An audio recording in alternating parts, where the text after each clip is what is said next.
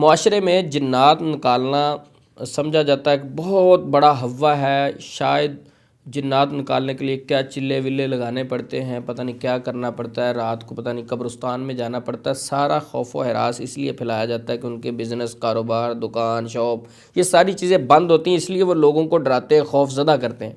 तो जिन्नात को आम इंसान भी निकाल सकता है। हाँ, उसका नमाजी होना शर्त है, नेक होना शर्त है, तकवा परहेज़गारी शर्त है, क्योंकि ये ऐसी फ़ौज है जो नज़र नहीं आती।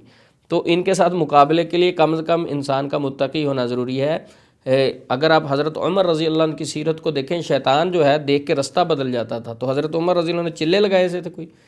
हज़रत उमर रज़ी अल्लाह अन्हु ने चिल्ले नहीं लगाए थे, बल्कि तकवा था कि शैतान देखता रास्ता बदल जाता था। तो आम इंसान भी अगर तकवा इख्तियार करे तो शैतान डरता है इंसान से। तो इसलिए आम इंसान ने अगर जिन्नात निकालने हैं तो मैं मुख्तसर तरीका, सबसे पहला काम क्या करना है, इलाज करने वाले ने और मरीज़ ने दोनों ने वज़ू करना है। वज़ू करने के बाद अगर जिसका इलाज किया जा रहा है वो औरत है तो उसके महरम का पास होना ज़रूरी है, बापर्दा होना ज़रूरी है। उसके बाद साफ़ सुथरी जगह पर बैठ जाएं, जो पाकीज़ा जगह है। बच्चों ने पेशाब वगैरह वहाँ ना किया हो, नापाकी वाली जगह ना हो, पाकीज़ा कमरा, पाकीज़ा जगह, वहाँ बैठ के आपने मरीज़ की आंखें बंद करवा लेनी है। मरीज़ के कान में 3 मरतबा ऊंची आवाज़ से आज़ान देनी है। और उसके बाद ये मैं पढ़ाई ज़िक्र कर रहा हूँ, मुकम्मल आप इसको तिलावत करेंगे उस मरीज़ पर, उसकी आंखें बंद हैं। नंबर 1, ऊंची आवाज़ से सूरतुल फातिहा। नंबर 2, आयतुल कुर्सी। नंबर 3, आखिरी 3 कुल। नंबर 4, सूरत बकरा की आखिरी 2 या 3 आयत। और नंबर 5, सूरतुल आराफ आयत नंबर 122 ता 117 तक, यानी 117 से 122 तक।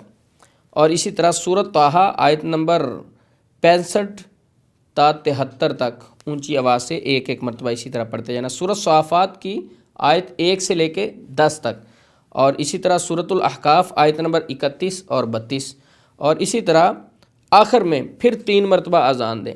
अब क्या था, पेशेंट की आंखें बंद थी, जब आपने अज़ान दी, ये पढ़ाई मुकम्मल कर ली ऊंची आवाज़ के साथ, तो उसके कंधों अगर उसके ऊपर असरात होंगे या जादुई मसला है तो उसकी कैफियत ख़राब होगी, कपकपी तारी होगी, रोएगा मरीज़, चीखेगा या अपने आप से बाहर हो जाएगा, या आपको कहेगा कंधों पे, सर पे दबाव महसूस हो रहा, घबराहट हो रही, बेचैनी हो रही है, या कहेगा मेरे सामने कुरान क्यों पढ़ रहे हो, ना पढ़ो। तो उसकी जैसे ऐसी कैफियत बदले तो अगर उसके अंदर हाज़री हो जाती है, हाज़री होने की शक्ल में आप उससे पूछें जिन्नात से कि आपको किसने भेजा है, तो अपना तारुफ करवाएंगे, ईसाई है, गैर मुस्लिम है। ये बात जहन में रखें कि अगर वो बताते हैं कि हमें फ़लाँ शख्स ने, फ़लाँ कज़न ने, फ़लाँ आंटी, खाला, मामू, चाचा इसने भेजा, कभी उस पर यकीन ना करें, क्योंकि शैतान का आखिरी हमला ये भी होता है कि जाते हुए वहम में डाल जाता है, तो उसकी बातों में नहीं आना। तो ये सारी तिलावत करने के बाद उससे मुकम्मल इंटरव्यू लें शयातीन से। अब मुकम्मल हिस्ट्री पूछें, जादू के ज़रिए से आए हैं या वैसे आए हैं, ये सारी चीज़ें अपने तजुर्बे और एक्सपीरियंस को भी सामने रखते हुए इस तरह आप पूछें। अगर मज़ीद किसी चीज़ की ज़रूरत पड़े, परेशानी की हालत हो, तो हमारी वीडियो के आखिर में नंबर भी दिया जाता है, तो उस पर आप हमारे साथ रब्ता करके मज़ीद गाइडेंस ले सकते हैं, मज़ीद उसके मुतालिक आप पूछ सकते हैं। तो इस तरह मरीज़ को अगर उसके कंधों पे दबाव महसूस होता है, कैफियत ज़्यादा ख़राब नहीं होती, उसे सुबह शाम के अज़कार, दुआएं, नमाज, इन चीज़ों की पाबंदी का कहें। और साथ ला इलाहा इल्लल्लाहु वहदहु ला शरीका लह, लहुल मुल्कु व लहुल हम्दु व हुवा अला कुल्लि शैइन क़दीर 100 मरतबा पढ़ने का कहें। इंशाअल्लाह जब ये अमल करेगा अल्लाह रब्बुल इज़्ज़त उसे शिफ़ाए कामिला आजला दे देंगे। और मज़ीद जानने के लिए हमारे यूट्यूब चैनल से इस्तिफ़ादा करें।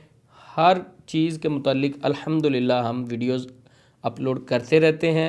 आपको हर मर्ज़ के मुतालिक जो हमारे तजुर्बात हैं, क्योंकि हम इल्म को छुपाते नहीं हैं। बहुत सारे लोग हैं जो इल्म को छुपाते हैं, किसी को पता ना चल जाए, और इसीलिए इस दौर में हम हर चीज़ लोगों के सामने पेश कर रहे हैं ताकि ये हमारे लिए सदका जारिया बन जाए। इस अमल की वजह से अल्लाह रब्बुल इज़्ज़त हमें मुआफ़ फरमा दे और कल जन्नत में दाखिला अता फरमा दे।